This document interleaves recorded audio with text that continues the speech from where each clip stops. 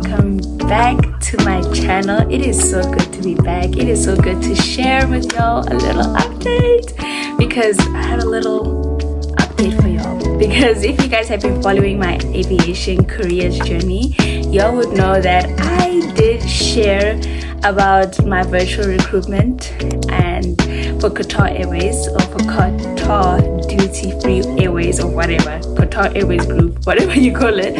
And I shared how I went from application acknowledged to offer to be made. However, there is something I did not share with y'all. So welcome to part 2. So I did not share with y'all that after getting offered to be made, or my status changing from offer to be made, I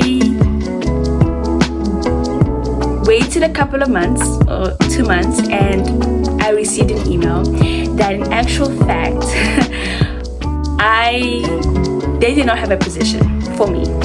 So they were moving me to the talent pipeline. They said that they recognized me as somebody who was very valuable or would be valuable to the company. However, they did not have a space for me, so they moved me from offer to be made to talent pipeline. And I stayed in the talent pipeline from July 7th to November 5th. Yeah, November 5th. Literally 5 months. So 5 months went by, and those were the craziest 5 months ever in this whole process as a candidate for this position, because not only did I see like the position open up again to so many new people, but I also saw that the position kept on changing. Like the position title kept on changing. There were different roles, there were different responsibilities, and I'm not gonna lie, my faith was on a different level at that point. Like my expectations were so high, and I knew that this was the position for me. Oh no, I don't want to say for me, I would rather say I knew this position was something I could achieve. Okay, so it's different from when I say it's for me, but I know it was something I could achieve, right? And it just kept on shifting, and while there was a lot of shifting, there was not enough communication, right? So I eventually ended up moving from the original role I applied for to a different role, and no communication about that again. Similar responsibilities, however, not similar in the way I expected, right? So, okay, I don't want to go into depth about that because I feel like that part is very confidential, and as somebody who still sees herself applying for more of these positions in the airlines, I do not want to ruin the confidential aspect of it. So I owe the company, or at least the future airline I want to work for, at least that much. Okay, so I will not share about what it changed to, or the salary expectations, or like anything I received in my offer. I will not particularly share that, or I will not go into depth about that, but I will share my personal process because those other things are very confidential, and I'm going to maintain that. Okay, so anyway, so I did get the offer letter. Good news. And I got the offer letter I got an email sharing with me that they were sharing with me that my application had succeeded on the 5th of November. So from the 7th of July to the 5th of November, I had not heard any communication from them, nothing whatsoever. And then on the 5th of November, they sent me an email to say, hey, we just want to let you know, congratulations. We are delighted to inform you that your application has succeeded. So I was like, oh, okay, this is real. And they told me that they were going to go through with the process of preparing my offer. So I said, okay, great. 7 days later, on the 12th of November, my offer came in. And I looked at my offer, and I'm not gonna lie, the celebration of receiving an offer after a long time of waiting was there. However, it was not what I expected.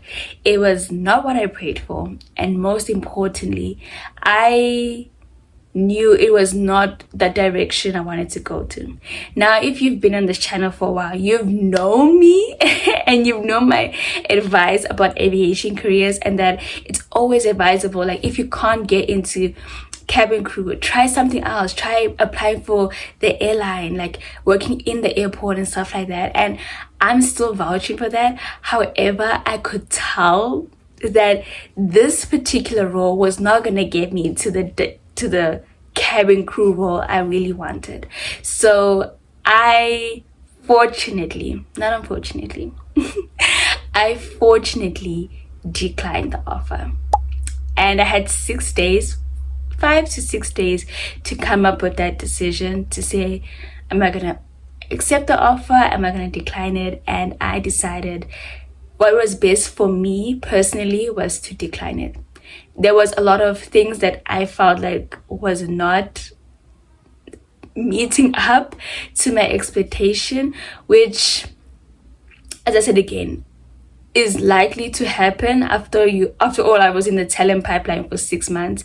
Roles came and went, unfortunately, and my role that I initially applied for was basically, I wouldn't say ruled out, but was no longer available, and I was given a role that I really didn't interview for and most importantly, a role I didn't want. And I know this is going to be a very huge opportunity for me to leave my country and travel abroad and go work in Doha, Qatar, Doha, and work with one of the best airlines in the world. However, I just knew that this was not the position or the path for me. It might be for somebody else. And don't let this video discourage you to be like, oh my word, it's not for me. Let this video be an encouragement, rather, to say, if it is for you, you'll know. And if it's not for you, don't take an opportunity just because you feel like you have to. I still believe that there's an opportunity out there waiting for me. However, I feel like the process of finally getting my offer letter was very interesting. And while I have declined it, I feel like it's still that grieving process where I'm like, this was not the opportunity I prayed for, and more, it was not the opportunity that I know that God prepared for me. But I'm still mourning it because I'm like, but I so badly wanted to leave and travel abroad, And let me be honest with y'all. If y'all are really interested in aviation and y'all are applying for different aviation careers, you guys will know that the process is not easy. That people spend years trying to get their dream job, Some 11 years, as I said in my previous videos, some 11 years, others apply, like for example with Etihad, apply to Etihad, do the video process, get the emails that they have progressed to different stages, and yet for some odd reason they're still waiting for answers and clarifications and all these different things for years or months even, And we know, as somebody who's, if you're watching this video, I know you're somebody who's very interested in aviation careers, right?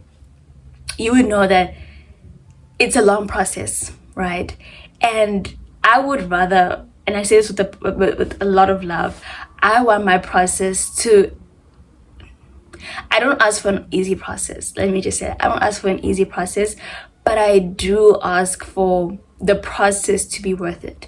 And it just felt like this one wasn't, unfortunately.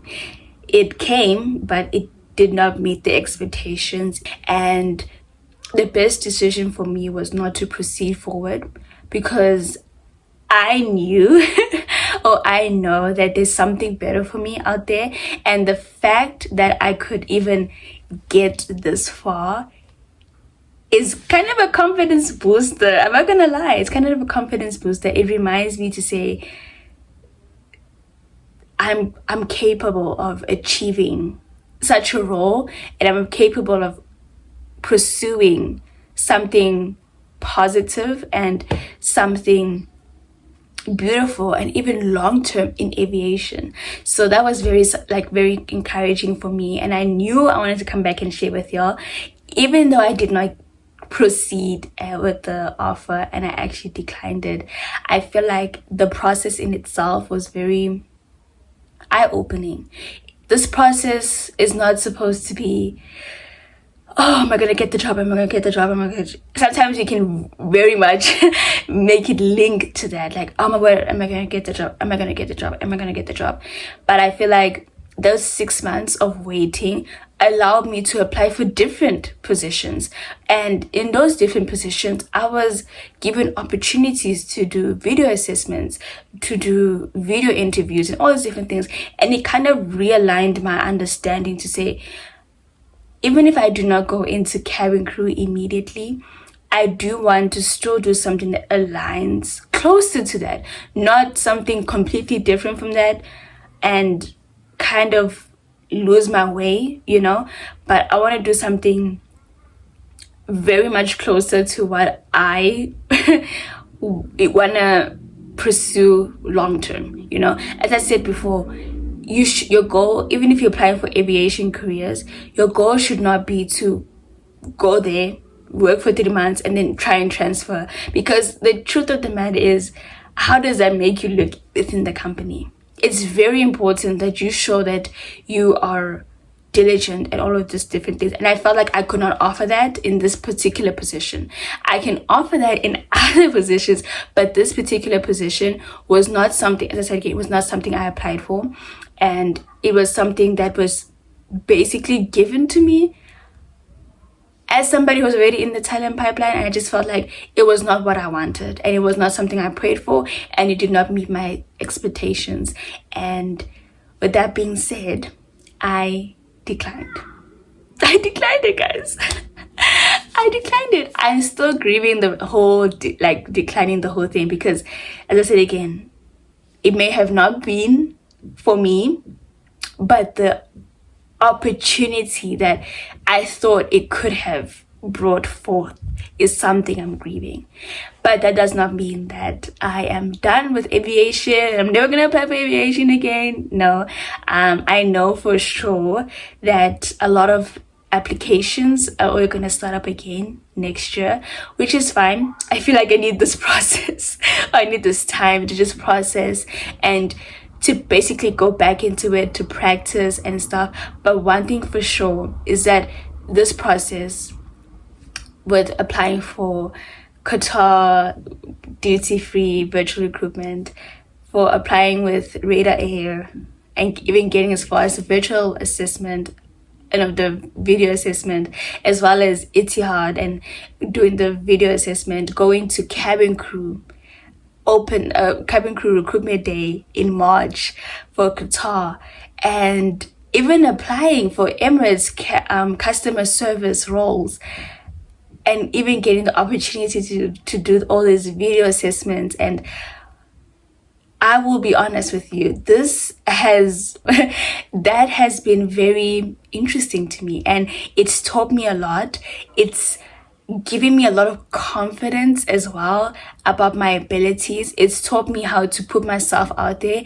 It taught me how to better myself, how to be confident about myself, about my achievements, what I've done, my experience, not to downgrade any experience just because it's not what people deem as glamorous or anything, but it really built up my confidence. It taught me about how to do my makeup, okay, how to show up, how to be friendly, how to communicate my skills, my expertise, my experience in a way that anybody can understand it. So it's been a privilege, honestly. And I'm not saying this as a goodbye to aviation careers, but I'm saying this to say 2025 has been really interesting for me, and it's really shown me what I wanted to do in aviation careers, and applying for different roles, applying for